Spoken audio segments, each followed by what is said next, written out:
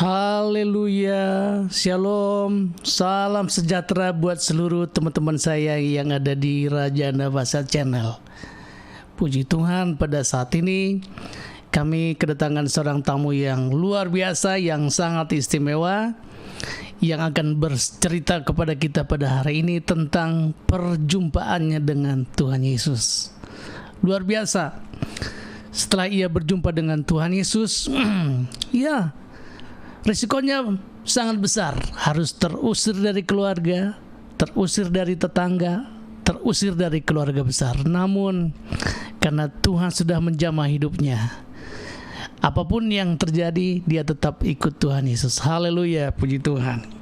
Pada saat ini dia akan bercerita kepada kita. Namun sebelumnya saya mohon teman-temanku semuanya yang belum subscribe Raja Nabasa Channel, tekan sekarang, jangan biarkan tulisan subscribe merah ya. Sekarang tekan tombolnya.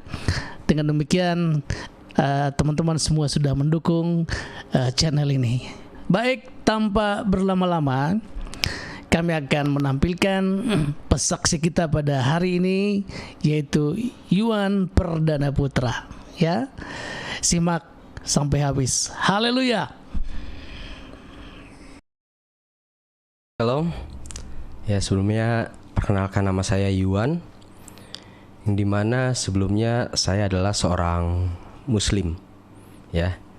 Jadi saya dulunya seorang Muslim, yang dimana saya terlahir dari keluarga yang multi agama, ya. Jadi papa saya Muslim dan mama saya Buddha, gitu. Dan di saat itu saya dari kecil Muslim sampai usia 21 tahun saya menjadi Muslim. Kenapa saya bisa menjadi pengikut Tuhan saat ini? Itu berawal dari saat saya sedang menginap di rumah teman saya, yang dimana kebetulan dia adalah pelayan gereja, ya, dia pemain musik. Lalu saat saya menginap di rumah dia, itu hari Sabtu, lalu ya dengan isengnya dia berkata, yuk besok ikut aja gitu ke gereja. Ya, saya pribadi orang yang bisa dibilang toleransi lah dengan agama, dengan keyakinan gitu loh. Karena sejak kecil pun saya kadang suka ikut juga gitu loh saat mamah ke wihara gitu. Jadi untuk diajak ke gereja pada saat itu awalnya saya juga masih menolak. Saya bilang, oh nggak usah, saya tunggu aja di rumah gitu kan. Tapi dia ngajak, ya udah saya bilang, oh ya udah nggak apa-apa. Sambil rencana saya tahu tuh untuk apa ya, mau tahu gitu gimana sih sebenarnya ibadahnya orang Kristen gitu loh.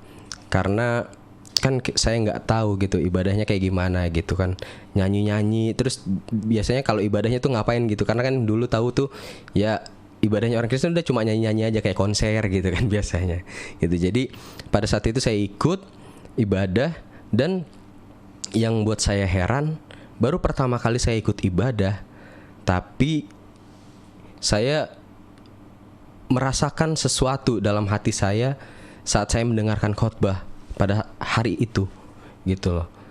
Dan itu yang buat saya heran, kenapa kok bisa dapat apa yang disampaikan dari pendeta tersebut yang dikhotbahkan. Sampai akhirnya ya udah berjalan seperti biasa, saya menjalani kehidupan saya, yang dimana ya saya saat jadi Muslim pun saya bukan orang yang nggak ibadah ataupun yang nggak ya kayak ngaji lah, baca Al-Quran segala macem gitu loh. Karena ya banyak orang atau yang nggak tahu tentang hidup saya, mereka berpikir oh mungkin karena nggak taat atau mungkin karena nggak kuat gitu loh ibadahnya gitu loh. Dan ya padahal saya sholat rajin 5 waktu, terus ngaji, terus ya sholat sunnah, puasa sunnah gitu loh. Dan masih banyak hal yang lain ya. Jadi buat mereka yang nggak tahu ya nggak apa-apa gitu. Jadi hanya mereka yang sekedar cuma lihat saya nggak tahu, ya biarkan gitu. Saya justru nggak benci atau kecewa juga dengan mereka yang menghujat saya sampai saat ini. Justru saya merasa senang jujur, karena saya nggak ada ngerasa dendam atau kecewa atau benci sama mereka. Karena saya berpikir mereka nggak tahu apa-apa tentang saya yang jalanin hidup saya yang mengalami gitu loh. Dan singkat ceritanya, jadi saya mengalami kehidupan itu sekitar setahun lebih gitu. Saya dalam pergumulan, ya, saya dalam pergumulan itu setahun lebih. Itu waktu yang cukup lama yang membuat saya kebimbangan atau di keraguan-raguan, ya. Jadi saya saat itu di rumah atau di luar saya sebagai seorang muslim gitu loh. Di hari biasa saya sebagai seorang muslim, saya mengikuti aturan-aturannya, saya juga sholat.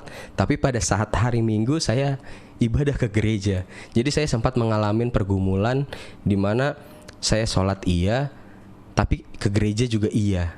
Dan sempat di satu titik saya merasakan kalau hari Minggu nggak ibadah, hari Minggu nggak ke gereja, kok rasanya kayak ada yang kurang gitu. Saya merasa hal seperti itu, ya, sampai ya saya beribadah saat ini, puji Tuhan, dari awal sampai sekarang saya masih ada di satu gereja di daerah Kelapa Gading, ya, yang dimana rumah saya itu ya ada di luar planet, ya, jauh dari Jakarta. Tapi ya itu, saat saya merasakan hari Minggu kok kalau nggak gereja, kalau nggak ibadah ada yang kurang, ya saya bela-belain gitu loh untuk datang jauh-jauh untuk ikut beribadah, ya. Sampai akhirnya saya pernah merasakan saat sedang praise and worship, ya, saat sedang pujian penyembahan, tiba-tiba air mata saya keluar, air mata saya netes. Saya nggak tahu itu kenapa,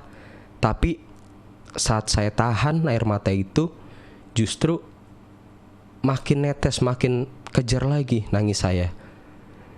Saya terheran-heran, kok bisa, ya, cuma dari kita nyanyi, dari lagu, dari pujian penyembahan, saya ngeluarin air mata.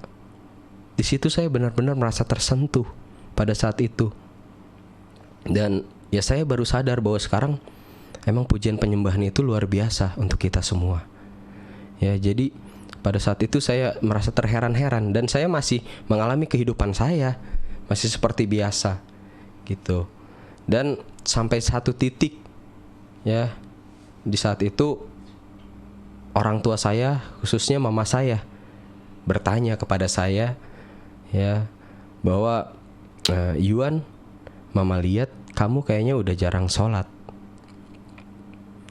Terus mama saya bilang, mama gak apa-apa, kamu mau pindah keyakinan, kamu mau pilih keyakinan apa, mama gak apa-apa. Yang penting saat kamu pilih keyakinan itu, saat kamu pindah, kamu fokus dan kamu taat sama keyakinan itu gitu.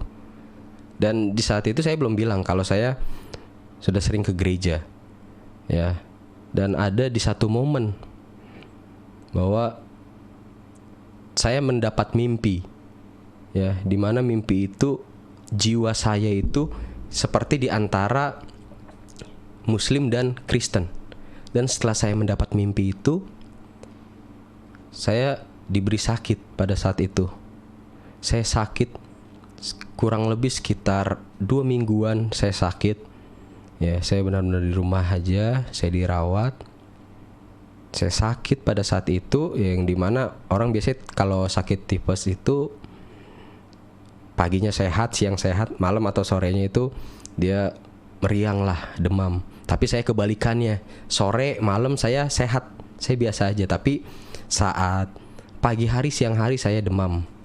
Itu saya alamin selama 2 minggu, ya.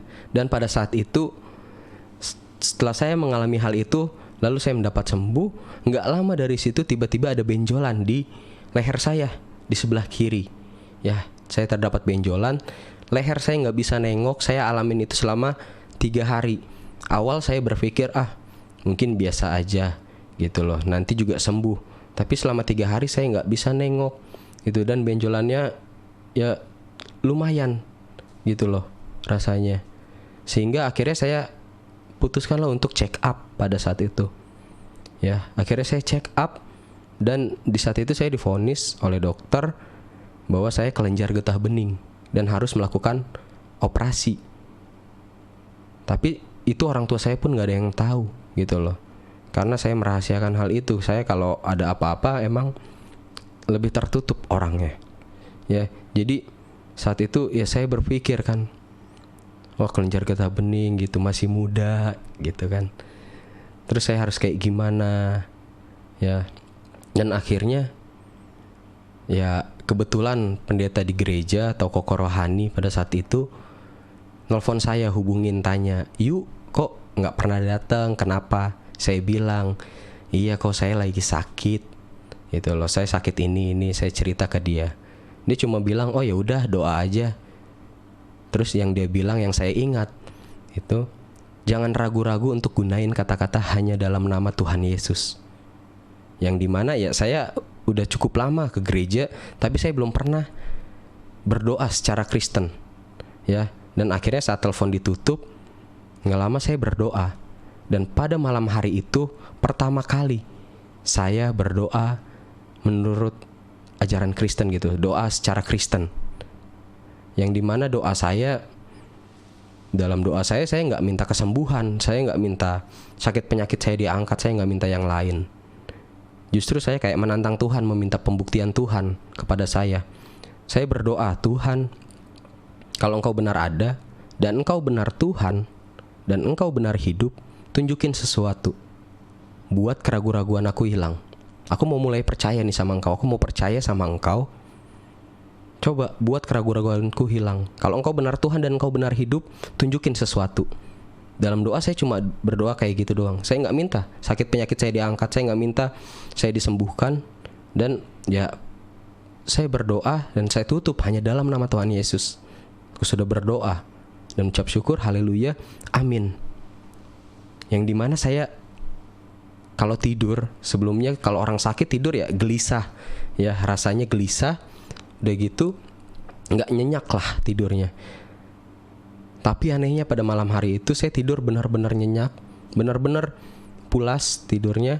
Dan saat bangun pagi harinya, itu yang membuat saya speechless gitu loh. Saat saya bangun pagi hari, saya merasa badan saya tuh kayak di refresh, kayak di reset ulang. Pada saat itu saya benar-benar ngerasa seger banget, benar-benar ngerasa kayak nggak ada sakit penyakit. Dan tiba-tiba leher saya bisa nengok, dan saya pegang akhirnya.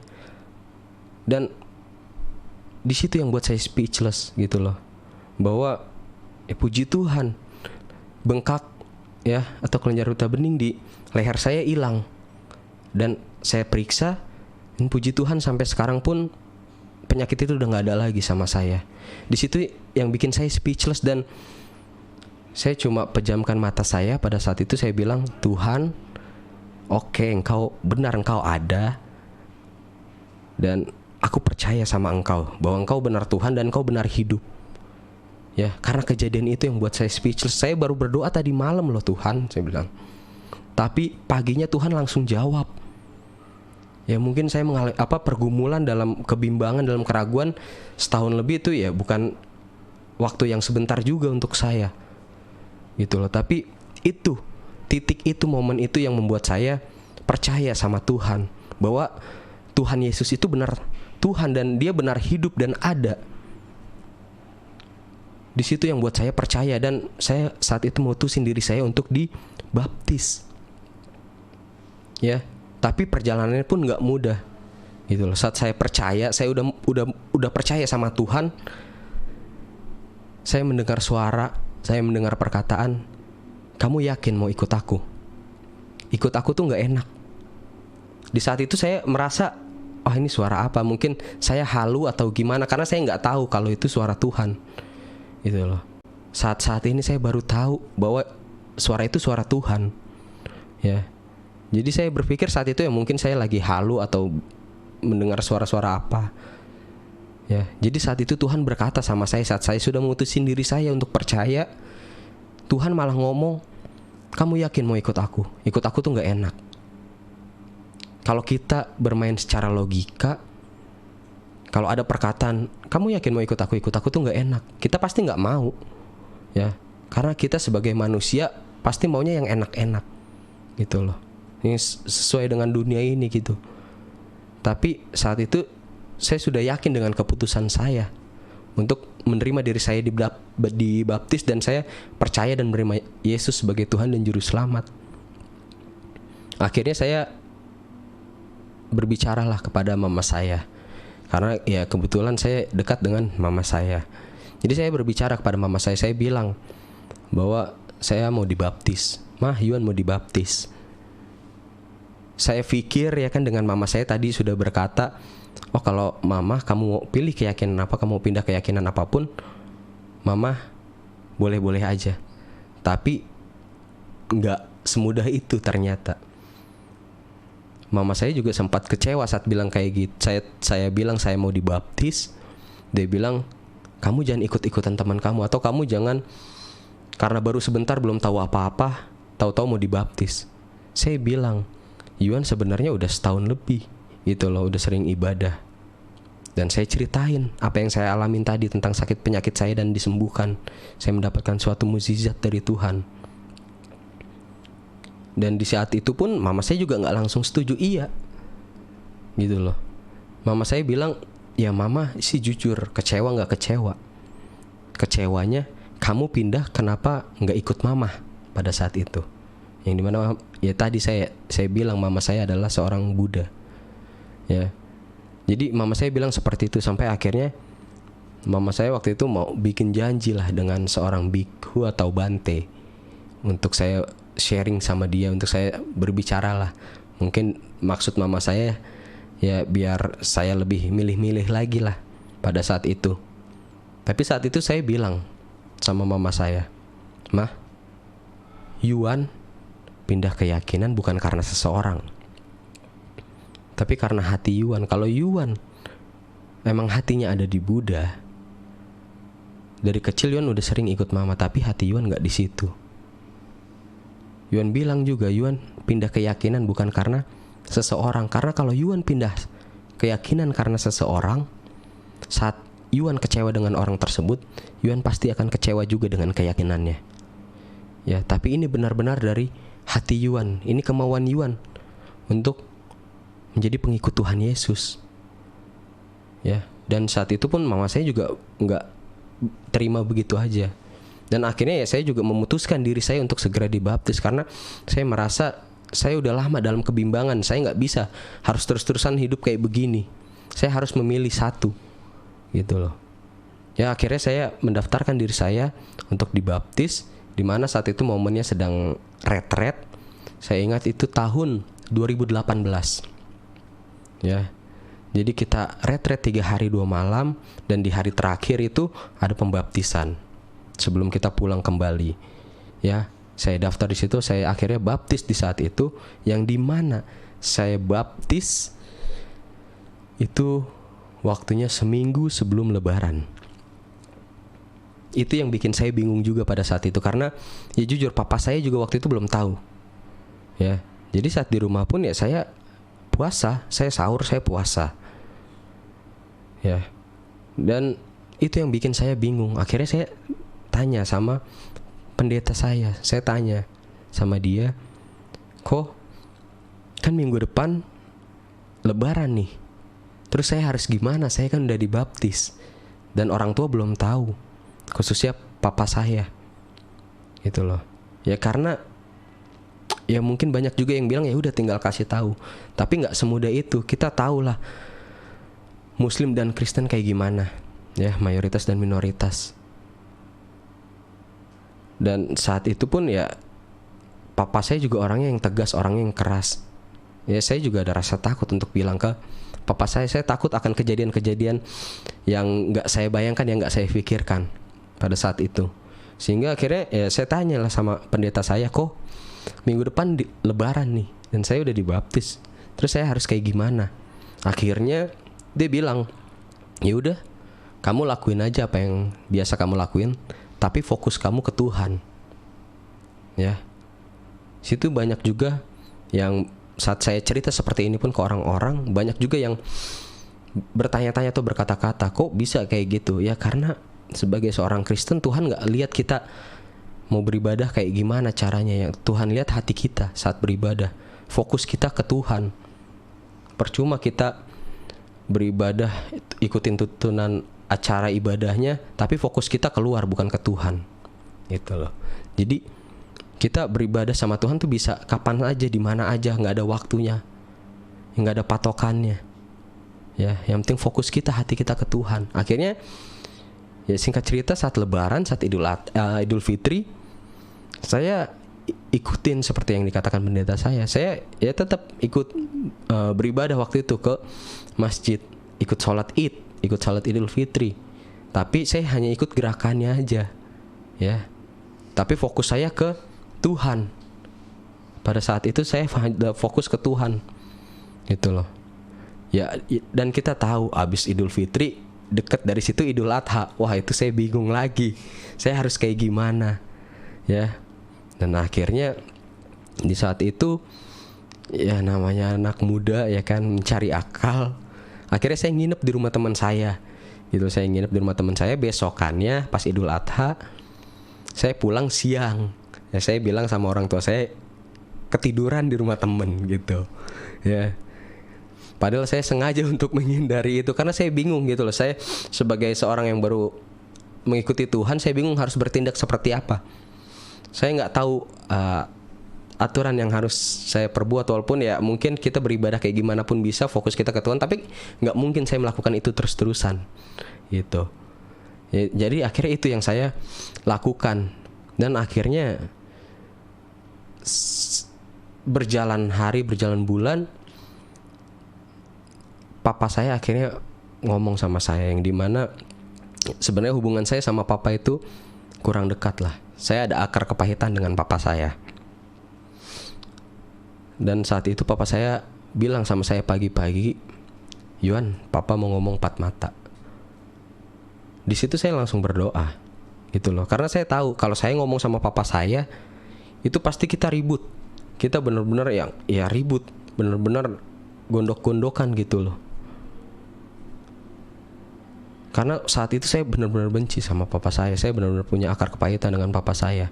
Tapi pada saat itu saya berdoa, Tuhan, kiranya biar Roh Kudus yang berbicara, biar Roh Kudus yang menuntun saya untuk berkata-kata. Dan saya juga heran pada saat papa saya ngomong, ya mungkin dia berpikir, wah anak saya selama ini setiap hari Minggu kemana gitu kan. Tiap pagi keluar rumah terus, udah gitu pakaiannya rapi. Ya mungkin dia juga curiga, dan ada omongan dari teman-temannya katanya. Ya karena ya sebelum-sebelumnya saya izin ke orang tua itu saya main musik, karena kebetulan saya juga main musik. Jadi saat itu saya izin keluar rumah tuh untuk main musik gitu. Ya dan gak salah juga, di gereja saya main musik. Ya jadi pada saat itu ya papa saya tanya seperti itu, ya, kamu selama ini setiap hari Minggu kemana? Saya cuma diam. Pokoknya saat papa saya bertanya, saat papa saya ngomong-ngomong panjang lebar tuh, saya benar-benar cuma yang diam gitu aja. Itu saya juga heran kenapa saya bisa diam kayak gitu. Biasanya saya pasti ngotot, saya pasti nyolot kalau ngomong sama papa saya. Tapi saya cuma ngeluarin satu kata-kata, satu kalimat, ya, "Pah, karena Tuhan Yesus dan karena Yuan ikut Tuhan Yesus, Yuan percaya sama Tuhan Yesus, Yuan bisa maafin papa, Yuan bisa terima papa sebagai papa Yuan lagi." Gitu loh. Karena ya jujur, dalam saat saya mau dibaptis, saya ambil keputusan itu, dan saya ambil keputusan besar juga, di mana saya harus melepaskan maaf saya kepada papa saya saat saya sudah menerima diri saya dibaptis. Ya, jadi pada saat itu saya cuma keluar kata-kata seperti itu sama papa saya. "Pah, karena Yuan terima Tuhan Yesus, Yuan maafin papa, dan Yuan bisa terima papa ini sebagai papa Yuan lagi." Dan saat itu ya papa saya juga gak terima begitu aja. Dia mau panggilin kiai, dia mau panggilin ustadz untuk saya sharing sama mereka. Ya, bahkan bukan hanya itu, saya mau dikirim ke pesantren pada saat itu. Saya mau diantar ke pesantren pada saat itu. Tapi saya bilang, "Enggak, Pak. Yuan udah yakin dengan pilihan Yuan." Ya. Dan saat itu besoknya papa saya juga ngomong lagi, kamu udah yakin dengan apa yang kamu pilih? Kalau kamu udah yakin dengan keputusan kamu dan dengan apa yang kamu pilih, ya udah. Tapi papa udah gak mau tahu tentang kamu lagi. Dan keluarga papa pun saat tahu kamu udah pindah nanti, mereka pasti juga akan berbeda dengan kamu. Yang dimana saya tinggal itu kiri kanannya itu keluarga dari papa gitu loh. Dan ya bener aja gitu loh. Jadi papa saya ngasih tahu adik-adiknya, ngasih tahu tante-tante saya. Dan pada saat itu ya saya merasakan yang rasanya dikucilkan gitu loh. Saat acara keluarga, saat kumpul, saya ada di situ, tapi benar-benar ya saya nggak dianggap, saya nggak diajak ngobrol, bahkan dilihat pun nggak. Saya ngerasa kayak nggak ada saya di situ, padahal saya ada di situ. Ya, yang dimana juga kiri kanan rumah saya juga rumah keluarga dari papa, yang biasa saya keluar rumah pun ya mereka juga pasti sapa atau nanya mau kemana atau apa. Tapi ya benar-benar saya didiemin, saya dikucilkan. Saya dianggap benar-benar nggak ada pada saat itu. Bahkan papa saya pun saat itu sempat mengusir saya. Bukan sempat, tapi benar-benar ngusir saya gitu. Dia bilang, ya udah kalau kamu udah yakin dengan keyakinan kamu, papa udah nggak mau tahu, papa udah lepas tangan, udah angkat tangan dengan urusan kamu, dengan kehidupan kamu. Papa udah nggak mau tahu tentang kamu. Kamu mau tinggal di mana, terserah. Kamu mau ikut dengan saudara kamu mau ikut dengan teman kamu, silahkan. Di saat itu saya bingung gitu loh. Saya harus bagaimana, dimana saat itu juga saya masih menjalani kuliah saya ya, malah saat itu lagi mau skripsi pada saat itu. Ya, saya bingung saya harus kemana. Akhirnya ya saya minta izin lah sama teman saya tinggal di rumah dia. Sekitar seminggu saya tinggal di rumah dia. Saya pikir, nggak enak juga gitu loh. Saya terus-terusan di sini, saya nggak enak dengan teman saya nggak enak dengan orang tuanya apalagi. Saya bingung saya harus kemana pada saat itu. Akhirnya ya saya bilang lah sama ibu gembala saya waktu itu, almarhum ibu gembala saya. Dan puji Tuhan gitu loh, saya diizinkan untuk tinggal di gereja pada saat itu. Akhirnya saya tinggal di gereja, di mana saya menjadi seorang full timer pada saat itu. Ya, saya menjadi seorang full timer. Saya tinggal di gereja itu setahun lebih. Saat itu saya tinggal di gereja. Justru saya bersyukur gitu loh. Tuhan saat saya dikucilkan dari keluarga, saat mungkin saya dijauhkan dari keluarga, Tuhan justru mau saya lebih dekat lagi dengan Dia pada saat itu. Sehingga saya diizinkan untuk tinggal di gereja yang dimana ya mungkin mereka pun yang saat bilang saya pindah, kenapa? Mungkin karena nggak kuat dia dengan ibadah saya saat muslim, terlalu banyak ibadah, mereka bilang seperti itu. Karena yang mereka tahu ibadahnya orang Kristen itu cuma hari Minggu aja. Padahal saat saya ada di gereja, saya ibadah, itu doa pagi setiap hari gitu loh. Belum ada komsel lah, entah komsel di gereja, habis itu ntar di rumah jemaat. Terus ada ibadah wanita, ibadah pria, ya. Bahkan ibadah orang tua juga ada gitu loh. Terus ibadah pemuda. Terus ibadah umum. Dan ibadah umum juga ya sebelum seperti saat ini pandemi itu ada pagi, ada sore, bahkan pagi, siang, sore gitu loh. Ya, yang dibilang mungkin mau cari enak doang, ibadah cuma hari Minggu doang sekali gitu loh. Itu juga kalau ibadah, ya kan. Tapi ya saat saya alamin, saya di gereja jadi full timer, ternyata setiap hari ada ibadah. Ya, dan mungkin kalau di muslim itu ada salat tahajud, di Kristen itu ada saat teduh gitu loh. Dimana kita ambil pagi hari untuk bersaat teduh, kita berdoa, kita memuji menyembah Tuhan, kita berdoa sama Tuhan. Ya. Jadi saat itu saya pikir oh ternyata ibadah orang Kristen juga setiap hari ada dan banyak ibadahnya, bukan cuma ibadah umum doang ya. Dan akhirnya puji Tuhan gitu, di saat itu iman saya lebih bertumbuh lagi. Pada saat itu saya lebih bertumbuh lagi, dan puji Tuhan saya dipercayakan untuk pelayanan, bahkan untuk melayani Tuhan. Itu yang saya nggak nyangka-nyangka sampai saat ini ya, yang dimana saya pelayanan saya apapun saya lakukan gitu loh. Di gereja saya saat ini saya disuruh jadi multimedia, saya main musik, saya jadi WL, singer, saya lakukan gitu loh. Jadi soundman pun saya lakukan. Pokoknya saat saya ditugaskan pelayanan apapun ya saya lakukan itu. Bahkan saat jadi supir pun untuk jemput jemaat atau jemput anak sekolah minggu juga saya lakukan ya. Saya justru berpikir malah, Tuhan apa aku layak gitu loh. Aku ini baru loh Tuhan, masih banyak orang yang lain mau melayani Engkau, tapi kenapa Engkau pilih aku pada saat itu ya. Dan saat dalam pelayanan pun saya juga nggak nyangka gitu, dimana ya saat ini pun saya dipercayakan oleh gereja dan oleh Tuhan juga pasti.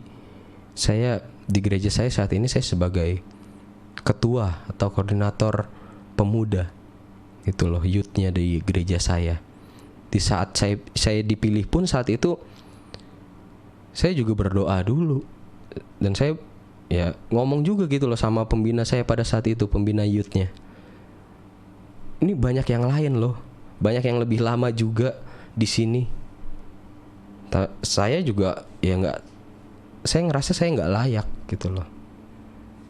Tapi pada saat itu saya sempat saat ibadah pemuda itu saya pergi dari misal dulu itu ibadah pemuda saya itu 2 minggu sekali.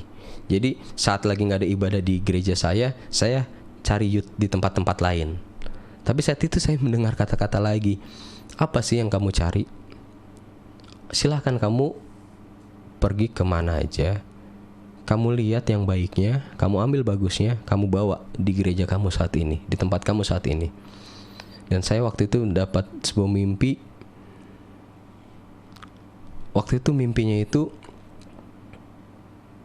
saya berada di atas mimbar sedang berkata-kata, dan ada kata-kata, kamu yakin mau melayani aku? Saya situ masih diam aja gitu loh. Terus kata-kata itu ada lagi, kamu yakin mau melayani aku? Saya masih diam, belum jawab apa-apa. Tapi yang ketiga kali, kamu yakin mau melayani aku?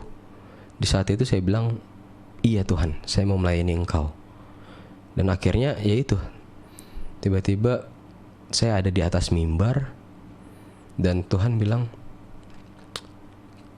kamu yang akan bawa pemuda ini jadi maju. Saya nggak tahu apa-apa pada saat itu, masih teman saya ya sebagai ketuanya, sebagai koordinatornya. Nggak lama dari itu ternyata mau ada regenerasi, dan nggak taunya saya salah satu kandidatnya. Saya bilang, oh saya habis dapat mimpi, saya habis dapat perkataan dari Tuhan, terus saya mengalami kejadian ini. Saya bilang, Tuhan kalau bekerja kok cepet banget gitu loh Tuhan, aku belum siap gitu pada saat itu. Yang saya pikirkan itu, ya Tuhan kok bekerja dalam kehidupan saya kok cepet banget gitu loh. Saya belum siap Tuhan. Tapi Tuhan gak mencari siap, Tuhan mencari hati, Tuhan melihatnya hati. Mau sampai kapanpun kita bilang kita gak bakal layak, kita gak akan sanggup, kita gak akan siap.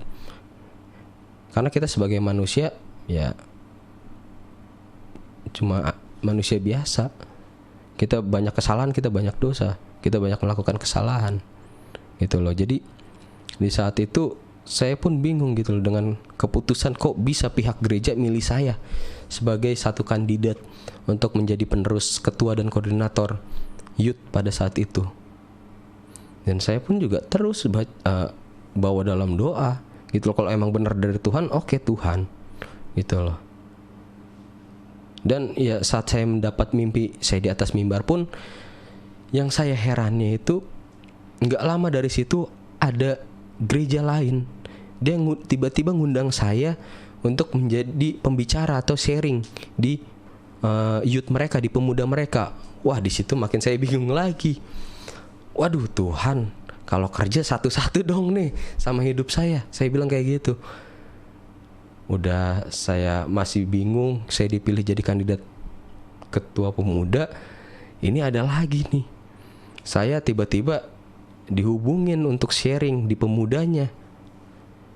Di saat itu ya saya sharing paling ya cuma di gereja doang, doa pagi lah, ibadah biasa gitu loh, atau di pemuda saya. Ini di tempat lain, di gereja lain saya belum pernah Tuhan, saya takut salah gitu loh, saya takut malah jadi batu sandungan buat saya.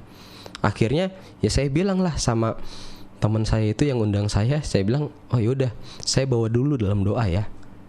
Akhirnya saya berdoa sama Tuhan, dan ternyata tanggal yang saat itu dia tentukan itu bentrok dengan kegiatan ada event acara di gereja saya. Oh, saat itu saya berpikir, oh mungkin belum waktunya nih. Wah, saya udah ngerasa tenang tuh saat itu. Tapi saat saya kabarin, ternyata tanggal segini nggak bisa, ada acara di gereja. Dan ternyata saya berpikir, oh mungkin nggak jadi. Tapi dia pikir, oh ya udah kalau gitu atur waktu lagi aja. Waduh, saya bilang kayak gitu kan. Dia bilang kayak gitu, oh ya udah atur waktu lagi aja. Koko bisanya kapan? Kata dia kayak gitu. Wah, akhirnya saya lihat jadwal saya. Oh, saya bisa tanggal segini. Terus akhirnya dia bilang, oh ya udah tanggal segini ya kok ya. Dan akhirnya ya saya bawa dalam doa ya sampai dia mengusahakan seperti itu. Saya bilang kalau bukan dari Tuhan, pasti ya udah itu dibiarkan berlalu. Tapi kalau benar dari Tuhan, mau kita ngelak cara apapun, Tuhan tetap lakukannya ke situ, gitu loh. Mau kita cara bagaimanapun, mau ngelak, mau menghindar, ya kalau emang itu dari Tuhan, Tuhan bawa kita ke situ, gitu loh. Dan ya singkat cerita, saat saya sudah lama tinggal di gereja, saya merasa, oh udah cukup nih, gitu loh. Saya tinggal di sini. Saya harus balik lagi ke rumah pada saat itu. Saya harus balik lagi ke rumah.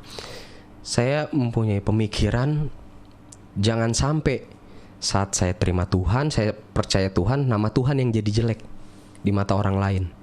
Jangan sampai keluarga saya berpikir, tuh lihat, karena Yuan pindah keyakinan, karena Yuan ikut Tuhan Yesus, dia jadi jauh sama keluarga. Dia jadi gak dekat sama keluarga, dia gak kenal sama keluarga. Akhirnya saya yang memutuskan diri saya untuk kembali ke rumah pada saat itu. Saya kembali ke rumah yang dimana saya berharap biar nama Tuhan gak jelek, gitu loh. Jangan sampai saya mengikuti Tuhan, nama Tuhan yang dijelek-jelekin. Akhirnya saya memutuskan diri saya untuk kembali ke rumah pada saat itu, yang dimana ya saya akhirnya yang merendahkan diri saya, gitu loh. Saya memulainya, ya saya yang mendekatkan diri saya kembali dengan papa saya, dengan keluarga saya. Ya saya mendekatkan kembali diri saya merendahkan diri saya berada dalam apa ya, benar-benar merendahkan diri pada saat itu. Saya menurunkan ego saya. Ya saya memulai percakapan yang awalnya ya masih dicuekin, masih dianggap gak ada. Tapi saya memulai terus setiap hari dengan keluarga saya, dengan saudara-saudara dari keluarga papa saya, ya, yang sampai akhirnya ya mereka masih mendiamin saya, gitu loh. Tapi ya saya tetap berbuat baik aja pada mereka. Saya tunjukin buah saya tunjukin kebaikan saya kepada mereka. Jangan sampai jadi batu sandungan buat saya. Saya melakukan kesalahan, bisa-bisa langsung ya dianggap salah, gitu loh. Jadi saya melakukan kebaikan aja. Saat mereka minta tolong, saat mereka minta butuh bantuan, saya langsung tolong, saya langsung bantuin. Dan ya mungkin mereka juga berpikir, oh kok Yuan berubah, atau apalah, saya gak tahu pemikiran mereka. Sampai akhirnya saya juga berdoa terus sama Tuhan, gitu loh, untuk keluarga saya, untuk saudara-saudara saya. Dan puji Tuhannya, ya saat ini pun saya sudah tinggal di rumah. Saya sudah tinggal dengan keluarga saya pun dengan keluarga dari papa juga sudah dekat, sudah ya berjalan seperti kehidupan dulu, sudah seperti biasa gitu loh. Jadi ya udah saling ngobrol, saling ya udah saling bercengkrama lah. Ya sudah dekat, sudah kembali seperti dulu. Tapi mungkin orang berpikir, oh udah kembali, udah seperti dulu, oh papahnya udah nerima, oh kok gampang ya nerima. Padahal kenyataannya nggak seperti itu gitu loh. Saat saya diterima pun papa saya bilang, hubungan kamu sama papa udah bukan orang tua dan anak lagi, tapi hubungan kita cuma hubungan sosial. Kamu mau tinggal di rumah ini silahkan, enggak juga nggak apa-apa gitu loh. Tapi kita udah nggak ada hubungan orang tua dan anak. Ya, hubungan kita cuma sebagai hubungan sosial. Kamu mau tinggal di sini ya silahkan gitu loh. Tapi ya saya merasa ya dia papa saya gitu loh. Mau dia berpikiran kayak gimana, yang penting ya saya berlaku dia papa saya. Mau dia berpikiran seperti apa, dia mau berkata-kata seperti apa, saya nggak masalah. Saya sudah diterima dengan keluarga lagi pun itu udah, saya puji Tuhan banget, bersyukur sama Tuhan gitu loh. Saya bisa kembali lagi bersama dengan keluarga saya, ya saya bermaksud untuk melihat kebaikan saya gitu loh, kebaikan Tuhan yang ada dalam kehidupan saya, di keluarga saya. Ya bisa dibilang biar saya menjadi terang dalam kehidupan saya, dalam keluarga saya. Ya, jadi ya saya pun saat ini walaupun tinggal di rumah pun udah seperti biasa, seperti keluarga. Tapi ya itu, papa saya menganggap saya udah bukan anaknya lagi. Saya cuma ya hubungan saya cuma sebagai sebatas sosial. Kamu mau tinggal di sini ya udah nggak apa-apa, tapi silahkan gitu loh. Jadi itu yang saya alamin gitu loh saat saya mengikut Tuhan, dan saat saya mengingat lagi apa yang Tuhan bilang saat saya mau percaya sama Dia, bahwa ikut aku tuh nggak enak. Ya ini yang saya alamin. Karena ya sebenarnya di Alkitab pun ya kita udah baca lah kisah para rasul, kisah para rasul, kisah para nabi, ya kan. Bahkan Tuhan Yesus pun sendiri, dia saat dalam menjalani kehidupannya dia nggak enak gitu loh. Apalagi kita, jangankan kita deh, cuma ya saya mungkin saat itu merasa dikucilkan, diusir dari rumah, itu udah suatu hal yang luar biasa gitu dalam kehidupan saya. Ya.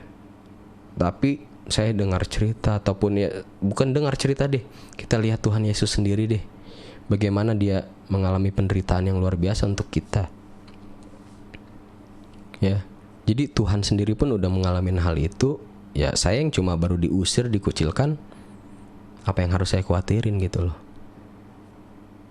Dan saya percaya saat nggak ada satu orang pun yang deketin saya, nggak ada satu orang pun yang peduli sama saya percaya saat itu Tuhan masih peduli sama saya. Tuhan nggak akan ninggalin saya gitu loh. Itu yang saya pegang. Dan kenapa juga yang bikin saya memutuskan untuk hal itu, ya karena nggak ada satu nabi pun yang bilang dia dapat menyelamatkan umatnya. Tapi Yesus sendiri yang berkata, akulah jalan dan kebenaran dan hidup. Tidak ada seorang pun yang dapat datang kepada Bapa kalau tidak melalui aku. Di saat itu pun saya juga, itu yang menguatkan saya juga gitu loh.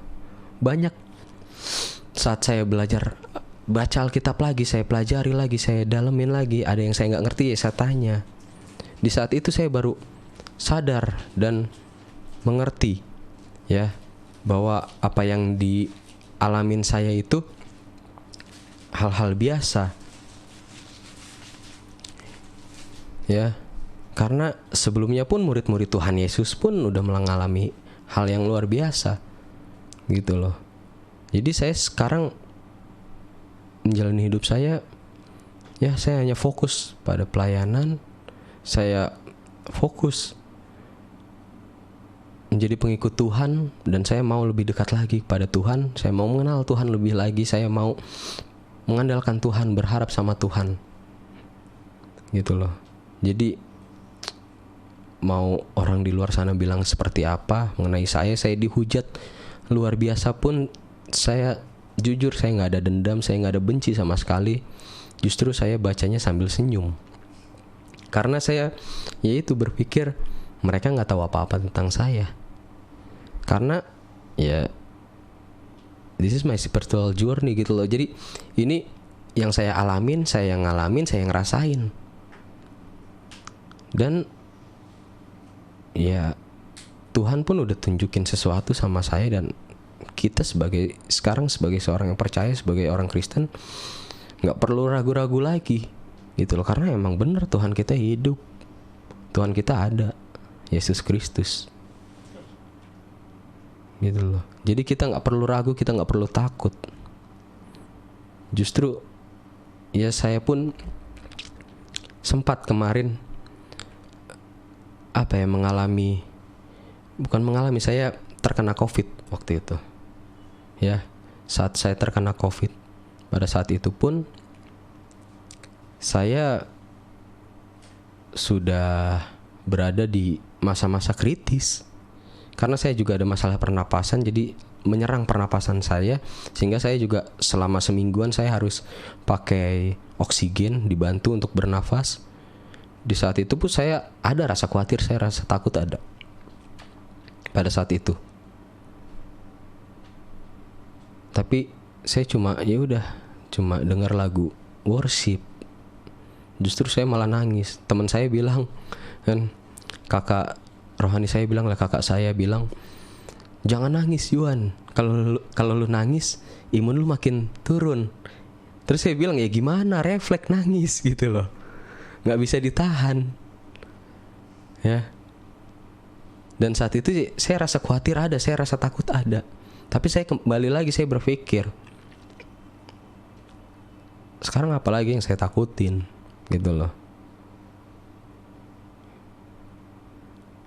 Ya hidup saya udah bagi Kristus, dan mati pun sebuah keuntungan buat saya. Karena saya percaya saat ini, saya percaya dan yakin bahwa saya sudah diselamatkan, saya sudah pasti masuk surga.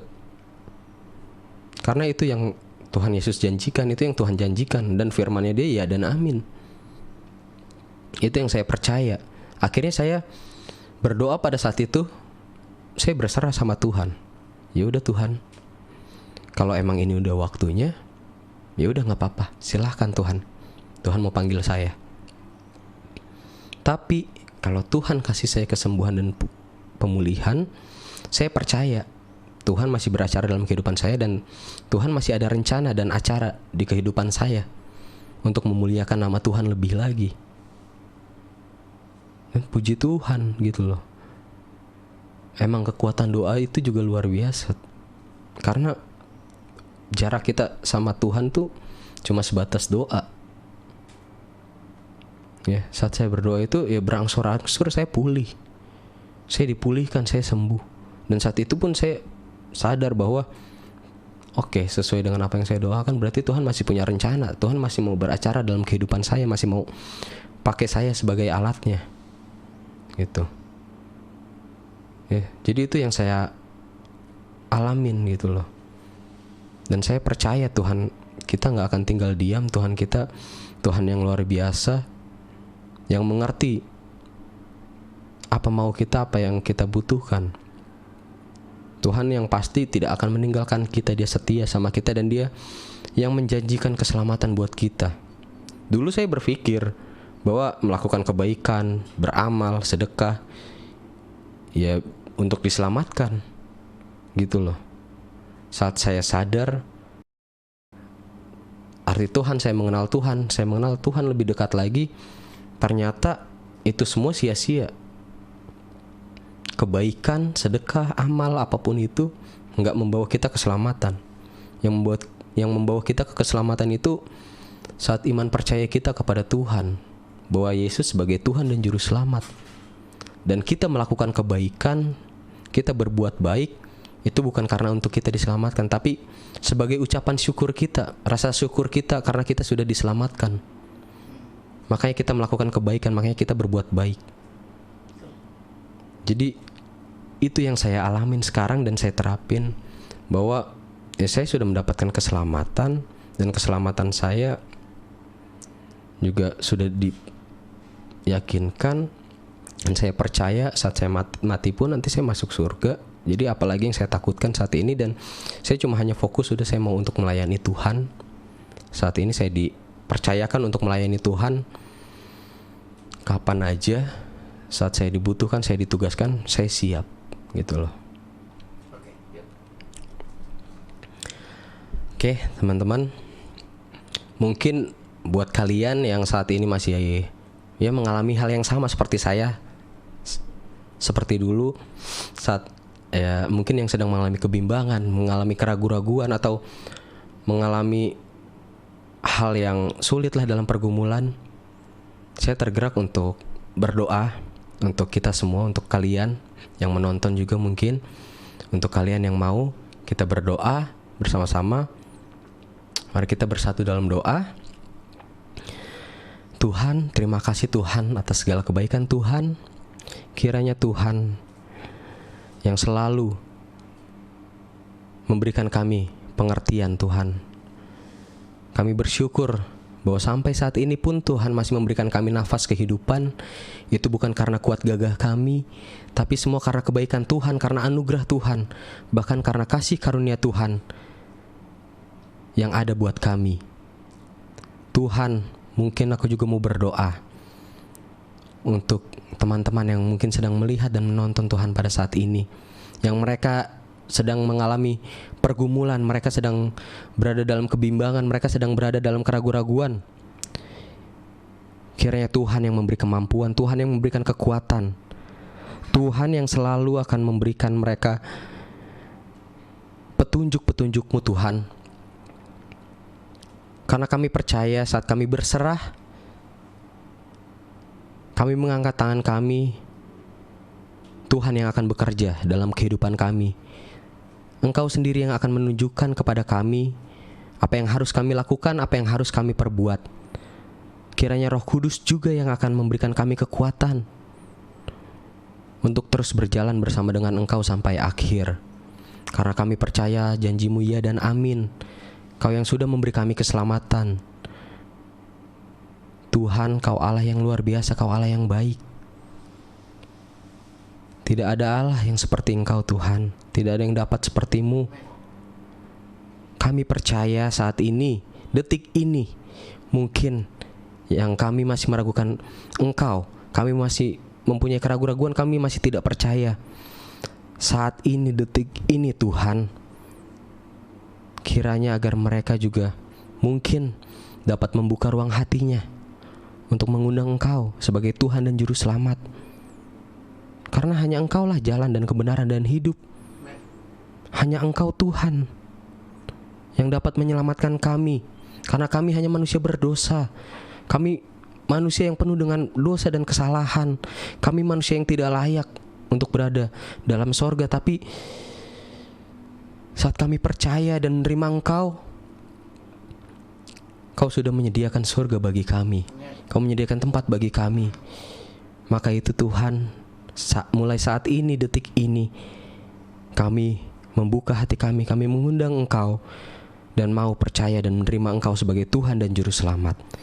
Terima kasih Tuhan, kiranya segala doa yang kami sampaikan, Tuhan sendiri yang akan jawab, Tuhan sendiri yang akan bekerja dalam kehidupan kami sesuai dengan kehendak-Mu. Terpujilah selalu nama-Mu Tuhan. Hanya di dalam nama Tuhan Yesus Kristus aku sudah berdoa dan mengucap syukur. Haleluya, amin. Oke saudara, mungkin sekian apa yang telah saya ceritakan, sharingkan atas kesaksian kehidupan saya. Ya, saya juga berharap mungkin bagi setiap kalian yang mendengarkan dan melihat dapat menjadi berkat, dan mungkin juga dapat menguatkan kalian juga yang mungkin saat ini yang mengalami hal yang sama.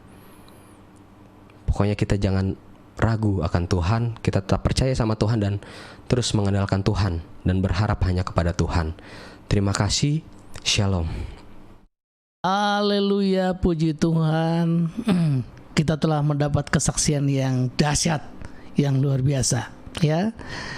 Terima kasih kepada saudara Yuan Perdana Putra yang telah hadir bersama-sama dengan kita. Tuhan memberkati bro, keluarga, dan tetap menjadi kuat di dalam Tuhan, menjadi saksi dimanapun Anda berada. Teman-temanku semua yang ada di Raja Bahasa Channel, puji Tuhan, hari ini kita akan mengakhiri acara ini. Saya Kasdin Marbun sebagai host mengucapkan terima kasih. Sampai bertemu lagi pada acara yang akan datang. Haleluya. Horas.